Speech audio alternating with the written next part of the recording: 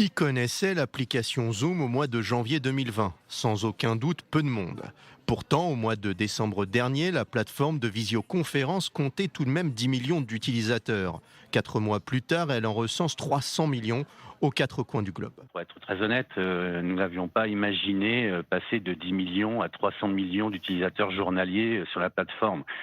Ce que nous avons anticipé, par contre, c'est l'accessibilité de notre service pour les écoles qui étaient donc dans les pays où il y a eu cette fermeture des écoles. Donc là, on a mis en place cette accessibilité au service, mais pas dans cette mesure, non.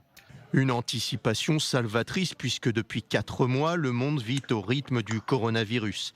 L'application américano-chinoise créée en 2011 par l'homme d'affaires Eric Yuan profite des contraintes liées au confinement pour préserver une interaction sociale entre les gens. Si vous trouvez que Zoom peut vous aider dans le fait de pouvoir se rencontrer, d'échanger, enregistrer, alors effectivement, on a bon nombre d'exemples avec la télévision française qui utilisent Zoom et qui veulent utiliser en mode broadcast. Depuis 3 mois et la propagation du virus à travers le monde, Zoom sert entre autres à mettre en relation élèves et professeurs, animateurs télé et téléspectateurs, mais aussi les chefs d'État de la planète. Benjamin Netanyahou en a fait l'un de ses outils principaux de communication. Malgré les risques liés au piratage informatique, le Premier ministre multiplie les visioconférences avec ses ministres et ses partenaires politiques depuis plusieurs semaines.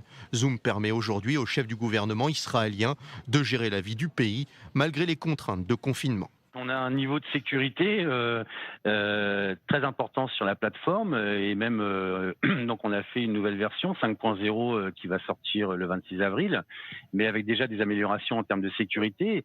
Non, il n'y a pas de raison si la tenue de la réunion, les paramétrages de sécurité sont bien implémentés sur la plateforme, il n'y a aucun problème pour pouvoir communiquer même à haut niveau. Pour gérer sa réputation grandissante, les dirigeants de l'application se sont attachés les services d'une boîte de communication israélienne. Un choix motivé par le savoir-faire bleu et blanc dans le domaine des nouvelles technologies. Parce que Israël, vous avez un niveau technologique assez important, donc vous avez une économie majeure et notamment avec de grosses entreprises de technologie ou même pharmaceutiques.